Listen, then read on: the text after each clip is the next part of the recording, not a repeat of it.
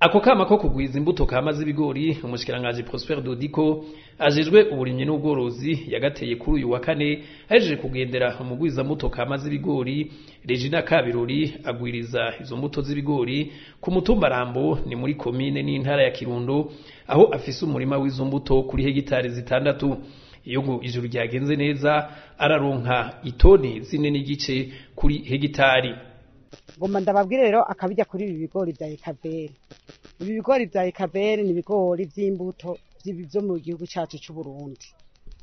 Ni bigori biryoshe, ni bigori vyera kare, ni bigori murabona ko kishobora kuzuza intete guhera hasi kikageza hejuru. Ni bigori birinda imvura, birinda uruzuba. Nohimiririza abarundi bose baba muri no ntara nziza yacu ya Kirundo ko bowe kwijukira zino mbuto kubera zishobora kwerana n'ingoga ryazuba rikaza risanga twahejije kweza. Umushikiranganje Prosper Dodiko kandi yaragendeye umugwiza mbuto z'ibigori kama Pancras Bakame wo muri komine n'intara ya Muyinga ku mutumba Kavumu, aho uwo mugwiza mbuto afise umurima uri kuri hegitari 15 nawe nyene akaba yiteze itoni zine kuri hegitari. Prosper Dodiko umushikiranganje w'uburimyi n'ubworozi agatera intege abagwiza mbuto n'abandi barimyi gushira imbere imbuto kama kuko nazo nyene ngo zimbuka mbere kurusha iziva mu mahanga kandi ngo zishika zizimvye. Akarero n'akaroro keza kerekana imbuto MZ670 no kuvuga yuko ni imbuto yavuye muri Izabo.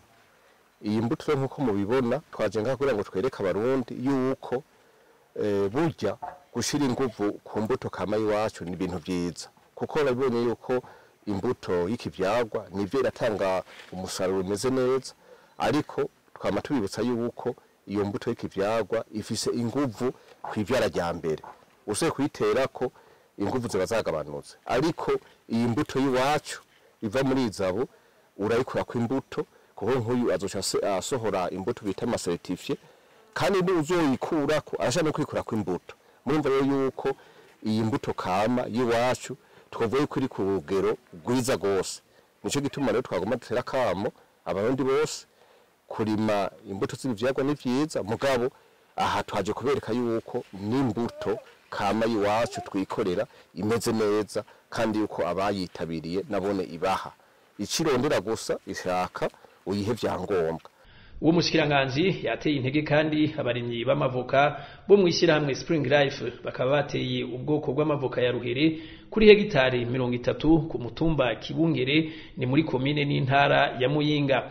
Ku biti ibihumbi 10 vyatewe mu mwaka wa 2022 muri uyu mwaka mu kwezi kwa Munyonyo ngo biteze umwimbo w'amatoni 300. Uwo mwimbo rero ngo bakazowuronka kubera uburyo bakoresheje bwo kuvomera mu kuduza amazi hifashishijwe imishwarara y'izuba, uburyo ngo bukingira n'ibidukikije.